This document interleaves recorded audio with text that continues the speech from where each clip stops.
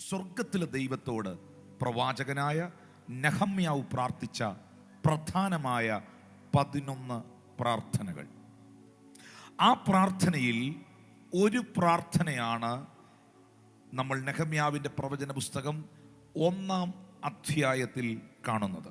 നെഹമ്യാവ് എന്ന് പറഞ്ഞാൽ തന്നെ നിങ്ങളുടെ മനസ്സിൽ ആദ്യം വരുന്ന ചിത്രം എന്താണ്? യെരൂശലേമിൻ്റെ മതിലുകളെ പണിയാൻ ദൈവം ഉപയോഗിച്ച മനുഷ്യൻ.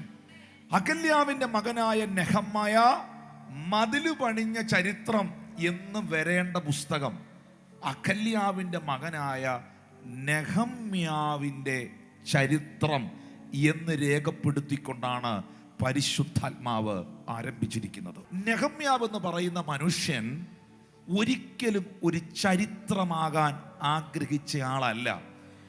ജീവിതത്തിൽ ഒരു ചരിത്രമാകാൻ ആഗ്രഹിച്ച് പ്രവർത്തിച്ച പലരും ചുവരിൽ തൂങ്ങിയ ഒരു ചിത്രമായി അവശേഷിച്ചപ്പോൾ നെഹമ്യാവ് എന്ന് പറയുന്ന മനുഷ്യൻ സ്വന്തം മഹത്വം അന്വേഷിക്കാതെ ദൈവത്തിൻ്റെ മഹത്വം അന്വേഷിച്ച് ദൈവത്തിന് വേണ്ടി നിലകൊണ്ട് ദൈവത്തിൻ്റെ നാമമഹത്വത്തിന് വേണ്ടി സ്റ്റെപ്പ് വെച്ച് അതിനായി ദൈവസന്നിധിയിൽ പ്രാർത്ഥിച്ച് ദർശനം സ്വീകരിച്ച് ദൈവനാമം അപമാനിക്കപ്പെടുന്ന ജെറുസലേമിൽ ദൈവനാമം മഹത്വപ്പെടണമെന്ന് ആഗ്രഹിച്ചുകൊണ്ട് തമ്പുരാന്റെ നാമമഹത്വത്തിനായും യഹോവയുടെ ആലയത്തിനായും സ്റ്റെപ്പ് വെച്ച മനുഷ്യനെ സ്വർഗത്തിലെ ദൈവം ചുവരിൽ തൂങ്ങിയ ഒരു ചിത്രമാക്കി മാറ്റിയില്ല, ഒരു ചരിത്രമാക്കി തിരുവെടുത്തു മാറ്റി.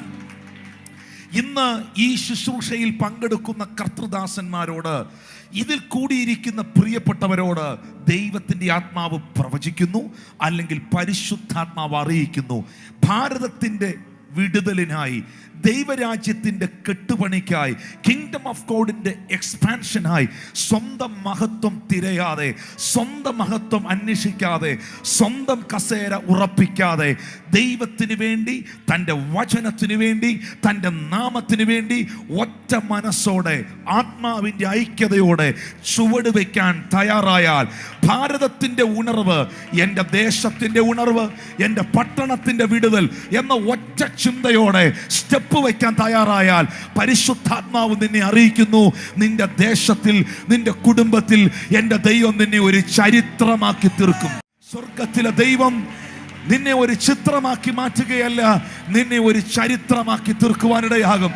എൻ്റെ മഹത്വമല്ല, എൻ്റെ ഇഷ്ടമല്ല, എൻ്റെ പദ്ധതിയല്ല, ദൈവത്തിൻ്റെ മഹത്വം വെളിപ്പെടണം. എൻ്റെ അകത്ത് പരിശുദ്ധാത്മാവ് തന്ന ദൈവീകമായ ദർശനത്തെ എന്ത് വില കൊടുത്തും ദൈവത്തിൻ്റെ നാമ മഹത്വത്തിനായി നിർവഹിക്കണം എന്ന നിലയിൽ ചുവടുകൾ വയ്ക്കാൻ തയ്യാറായാൽ ആ സ്റ്റെപ്പ് വയ്ക്കുന്നവനെ സ്വർഗത്തിലെ ദൈവം ഒരു സൊല്യൂഷനാക്കി മാറ്റാൻ പോവുകയാണ്. കുറെ നാൾ ഈ ദൈവ മനുഷ്യൻ ഇരുന്ന് കരഞ്ഞില്ലേ? കുറെ നാൾ ഇരുന്ന് പ്രാർത്ഥിച്ചില്ലേ? കുറെ നാളായി പ്രാർത്ഥിക്കുന്നവനെ, കുറെ നാളായി ഒറ്റ കാര്യത്തിൽ, ഒറ്റ ദർശനത്തിൽ ഫോക്കസ് ചെയ്തിരിക്കുന്നവനെ സ്വർഗത്തിലെ ദൈവം ഒരു സൊല്യൂഷൻ ആക്കുമെന്ന് ഇന്ന് പകൽ പരിശുദ്ധാത്മാവ് അറിയിക്കുകയാണ്. ദൈവത്തിന്റെ മഹത്വം അന്വേഷിക്കുന്നവനെ, തമ്പുരാനിൽ നിന്ന് ദർശനം സ്വീകരിച്ചുകൊണ്ട് ദൈവരാജ്യം, ദൈവരാജ്യം, ദൈവരാജ്യം എന്ന ഒറ്റ ചിന്തയോടെ ചേർന്ന് നിൽക്കുന്നവനെ ഒരു പരിഹാരമാക്കി ദൈവം മാറ്റും. ദൈവം നിങ്ങളെ നിങ്ങളുടെ ദേശത്തിൽ, നിങ്ങളുടെ ജില്ലയിൽ, നിങ്ങളുടെ ഭവനത്തിൽ, ഭാരതത്തിൽ ഒരു സൊല്യൂഷനാക്കി ദൈവം നിങ്ങളെ മാറ്റും.